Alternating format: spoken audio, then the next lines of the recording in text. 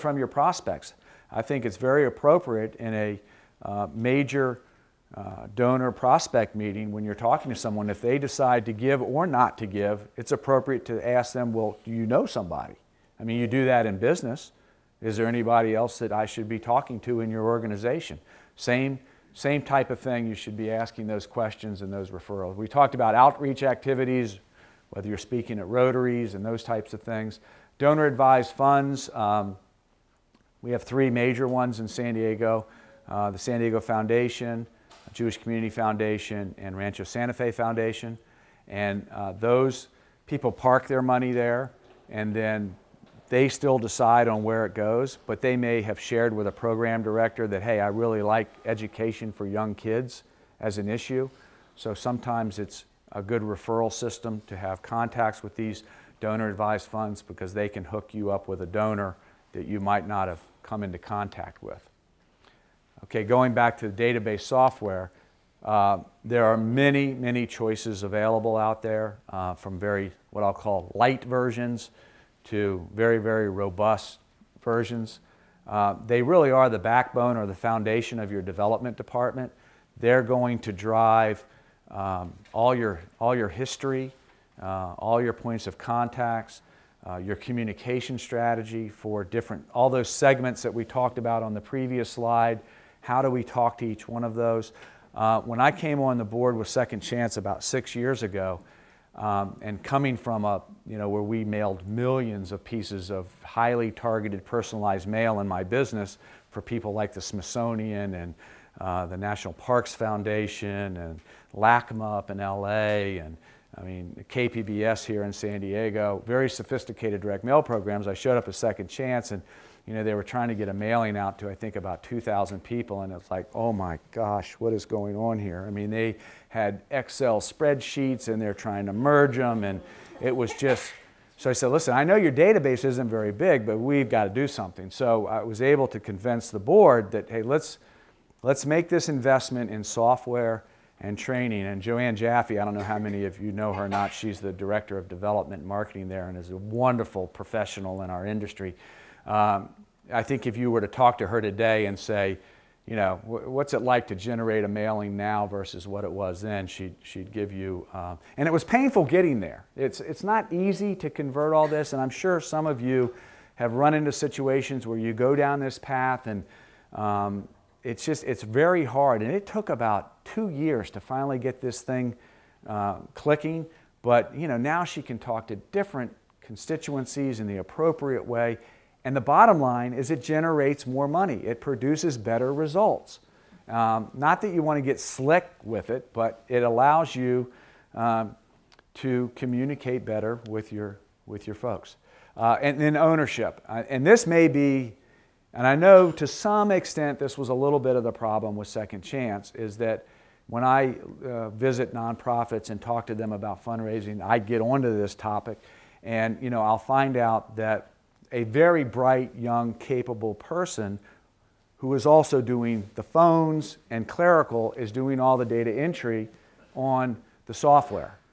Wrong. Just flat out wrong. You've got to have someone who is focused. I mean, this is your gold mine, and it's going to have to be cultivated. So it's got to be done correctly. It's got to be, someone has to have ownership of it, and it's got to be managed properly. So, and there's got to be training. One of the things that I would look into, now, I don't know, you can download this. I think you've already gotten that email, and then you can go on the website, but go to this link when you get a chance if you're thinking about this, and it's a white paper that is pretty robust and has a lot of information and does a pretty thorough evaluation both on product capabilities and cost for a wide range of donor software packages, and take a look at that. And there's a lot of very reasonable packages out there. That's usually not the problem for a nonprofit. It's execution and management of it that becomes the issue. But it's just a critical area, and I can't overemphasize it. This is a look at the outside of the piece. Any questions there? Yes, sir. It's at the bottom here. So if you go on SVP's website, it's a very long one, so I'm not going to read it out. And it should be, you can download it, or you should have received an email with my presentation, and you can take a look at it there. Okay, let's talk a little bit about foundations, and I touched on this. Private foundations, there are about 500 in San Diego.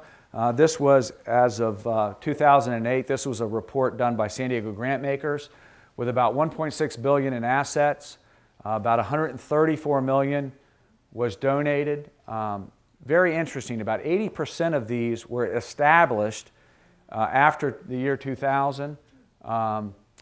And almost 80% are $25,000 or less. So the 80-20 rule pretty much applies here.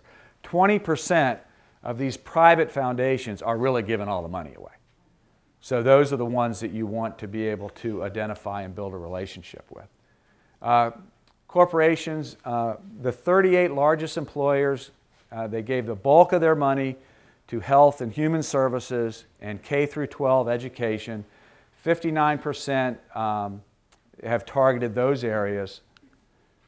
And then the community foundations, which are the ones I referenced earlier, 8,000 grants over 96 million, and 2/3 of those, a third of the money went outside of San Diego. So a third of that, so I would guess that would be 33 million, went outside of San Diego. And again, we don't have any national foundations headquartered here. And about half the funds that come in through outside foundations, and higher education is the big beneficiary there. Okay.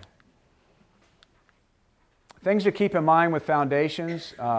Research is very important. Make sure your mission is in alignment with what their giving policy is. Oops. The grant writing process is very important. That's something you can do in-house if you have enough going on in this area, or there are a lot of very capable freelance grant writers out there.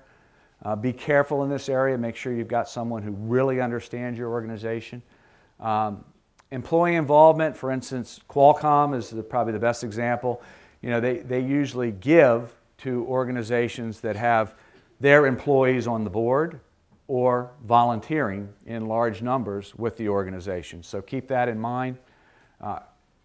This is a little bit like major donor development. It's important to build a relationship. And then there are usually some compliance issues. So make sure you clearly understand those and make sure that, that they are on time. I know one of the things we look at Parker is we require certain reports on certain dates. And every board meeting we see who's not sending in their report on time, even though we've asked them to send the report in.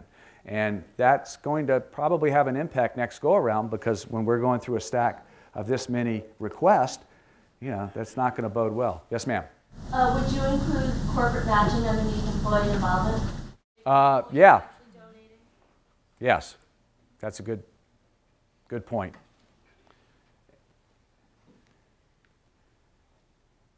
And boy, just be careful here. You don't want to get into that grant writing mill. I mean, we got one the other that said that we're pleased to present this to the Parker Foundation, and the Wells Fargo Foundation really, we appreciate the last gift you gave us. And it's like, oh, come on now, you know. So, you know, be careful. We don't want to get into that mill where you're. Public funding, I won't spend a lot of time here, but there are